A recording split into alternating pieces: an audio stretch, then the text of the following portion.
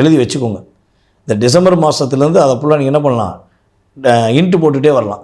போராட்டத்தை ஃபுல்லாக ரைட்டு போட்டுக்கோங்க. என்னென்ன விஷயம் போராட்டம், தொழிலில் போராட்டம், வேலையில் போராட்டம், குடும்பத்தில் போராட்டம், நண்பர்களால் போராட்டம். ஸோ மேபி இதெல்லாம் நிறைய இருக்க தான் செய்வோம், போய்கிட்டே இருக்குது. அப்படிங்கிற மாதிரி நிறையா இருந்துச்சு.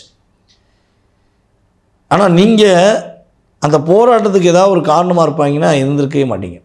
ஏற்கனவே நான் சொன்ன மாதிரி தான், கும்பராசினாலே பல நபர்களுக்கு பல விஷயங்களை மாற்றத்தை கொடுத்துட்டு ஒரு பெரிய போராட்டத்தில் சந்திக்கிறது தான் கும்பராசி. ஸோ அதுலேருந்து நீங்கள் விடுபட போகிறீங்க. அதாவது எதெல்லாம் டிக் போட்டிங்களோ அதெல்லாம் இன்ட்டு போட்டு வந்துக்கிட்டே போகிறீங்க. முடிஞ்சு போராட்டம், முடிஞ்சு இப்போ ஃப்ரீயப்பா, ரிலாக்ஸ் அப்படின்னு சொல்லக்கூடிய தன்மை நான் கோச்சார கிரகங்களை ஃபுல் அண்ட் ஃபுல் ரீட் பண்ணிட்டு தான் உங்களுக்கு சொல்கிறேன்.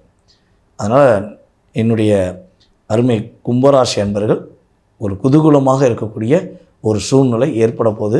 அதே போல் உங்களுடைய கணவருக்கும் உங்களுக்கும்